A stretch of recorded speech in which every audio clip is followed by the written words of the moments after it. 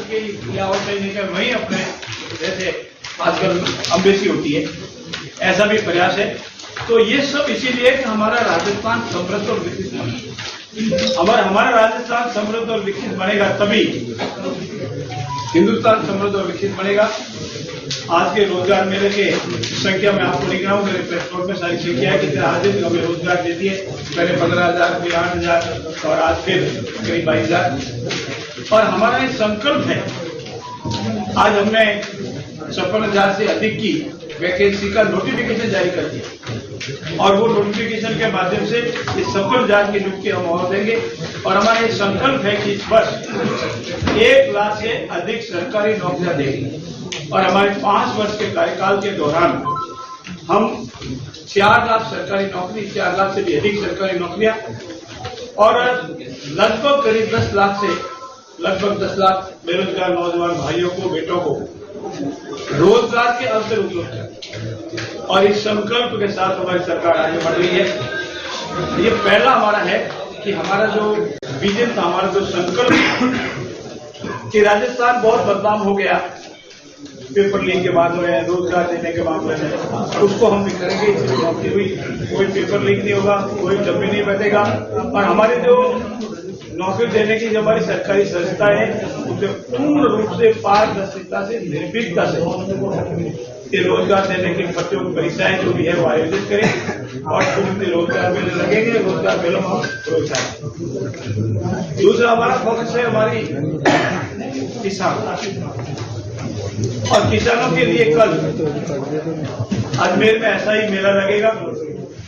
किसानों के लिए जैसा प्रधानमंत्री जी ने किसान सम्मान निधि योजना शुरू की, वैसे ही मुख्यमंत्री किसान सम्मान निधि यूपीए हिंदुस्तान में शायद मेरी जानकारी के अनुसार पहला प्रदेश है जिसने किसानों को अपने स्वयं के बजट से किसान सम्मान निधि के रूप में राशि दे रखी है।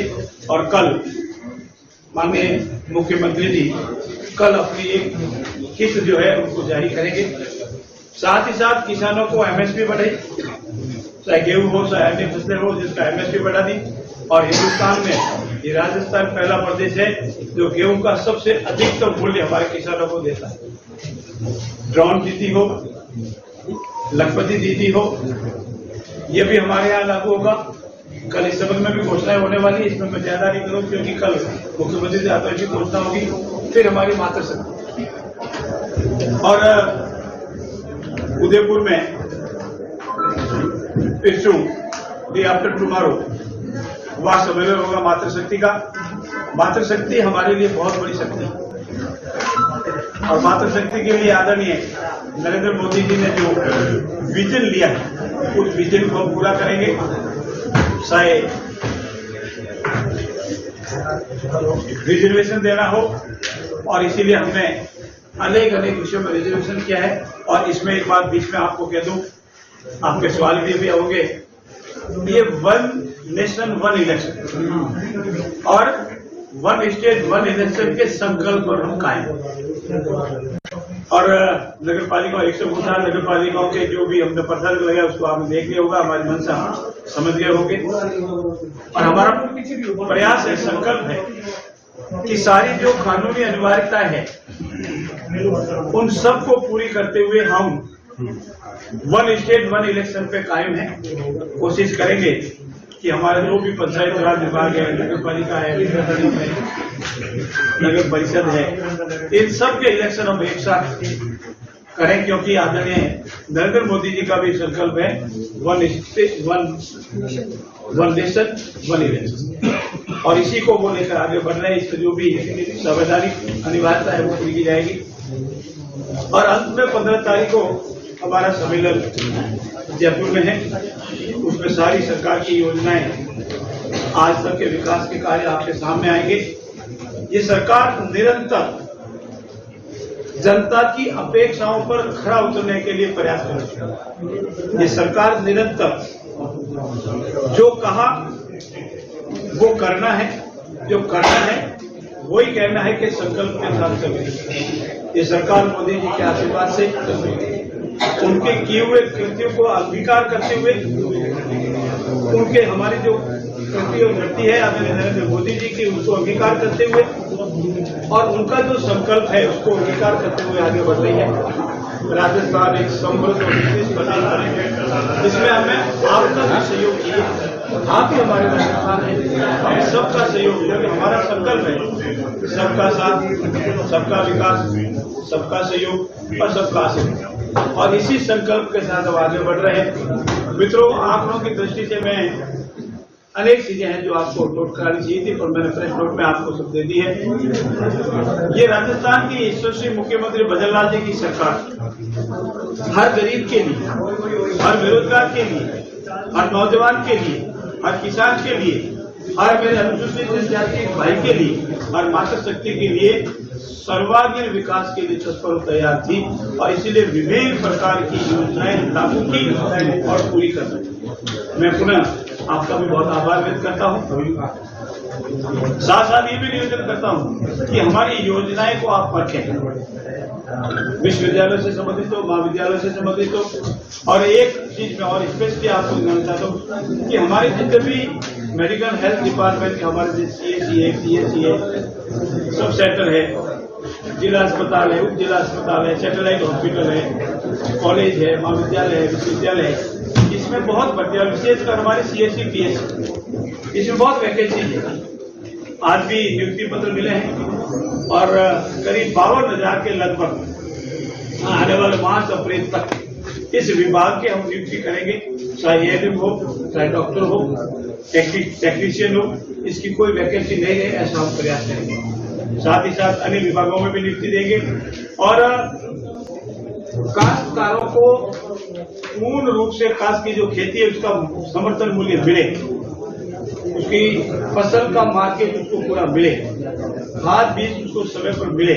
और हमारा ये संकल्प आज के सामने मैं दोहरा रहा हूँ, 2025 तक हम ऊर्जा विभाग में किसान को उसकी आवश्यकता अनुसार बिजली देंगे और 2027 तक हमारा संकल्प है किसान को दिन में 7 से 8 घंटे, उद्योगों को उसकी आवश्यकता अनुसार और घरेलू उपभोक्ताओं को निरंतर बिना डिस्टर्ब के बिजली देने और आत्मनिर्भर बिजली के मामले में होना है।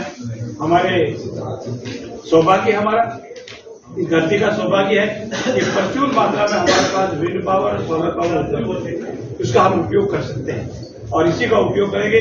प्रचुर मात्रा में हमारे पास खनिज उपलब्ध है, उन खनिजों का उपयोग करके उद्योग लगाएंगे और इन सब के आधार पर पुनः आपकी सहयोग की अपेक्षा के साथ आपका बहुत बहुत धन्यवाद। एक जिला एक उत्पाद को लेकर प्रमोट कर रहे हैं, एक जिला एक उत्पाद को लेकर के पूर्ण रूप से प्रमोट कर रहे हैं। जिस जिले का जो विशेषता प्राप्त हमारा उत्पादन है उसको प्रमोट कर रहे हैं और आज के मेलों में हमने प्रदर्शनी लगाई है, जिस जिले का कौन सा उत्पादन है उसको प्रमोट कर रहे हैं, उसको बढ़ावा देंगे, उसकी जो भी तकलीफ है उसको दूर करेंगे और विशेषकर जो हमारी मातृशक्ति छोटे उद्योग लगा रही है, लघु उद्योग, आपने कल देखा लघु उद्योग हमारा अलग से मिला हुआ और लघु उद्योग पॉलिसी लाई। मित्रों, आप बहुत लंबे समय से वरिष्ठ भी हैं, आज दिन तक इतनी एक साल पहली साल में 10 पॉलिसी और उन पॉलिसी का अध्ययन किया। 10 पॉलिसी इसीलिए लाई है किसी के मस्तिष्क में ये बात नहीं रहे पता नहीं करेंगे नहीं करेंगे। हमने खुले रूप से सारी चीजें जनता के सामने रखी, उद्यमियों के सामने रखी, व्यापारियों के सामने रखी, बिजली के मामले में रखी, पानी के मामले में रखी, सारी हमारी पॉलिसीज भी हमने आपके सामने रखी। किसानों को कितनी बिजली पर्याप्त मानते हैं आप? अभी करें आवश्यकता अनुसार देंगे। किसानों को 7 से 8 घंटे बिना एक्सप्रेस बिजली रहती है, वो उनके लिए पर्याप्त। राजस्थान परिप्रेक्ष्य मंत्री जी, आपने पेपर लीक प्रकरण को बार बार दोहराया है। आप SI भर्ती परीक्षा समीक्षा कमेटी के अध्यक्ष भी हैं। कमेटी को बने 2 महीने हो गए, अभी तक निर्णय नहीं है। बहुत शीघ्र ही आपको समाचार मिलेंगे।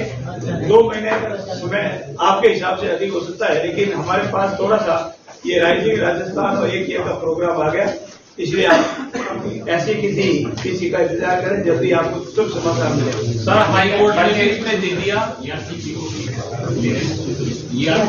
हाँ, आपके ज्ञान के लिए बता दो, आदरणीय नरेंद्र मोदी जी के जिस दिन जयपुर पधारना होगा उसी कार्यक्रम में हमारा जो ERCP है, यमुना जल समझौता है और अन्य जो समझौते हैं जल से संबंधित, क्योंकि किसी भी उद्योग के लिए जमीन, जल और बिजली और फिर मैन पावर, ये 4 चीजें जरूरी होती है। जमीन हमारे पास भरपूर मात्रा में है, लेकिन बिजली और पानी की व्यवस्था करनी भी जरूरी है और मैन पावर हमारे पास भरपूर मात्रा में, क्योंकि भारत युवाओं का देश है और इसीलिए हम बिजली का कर रहे हैं और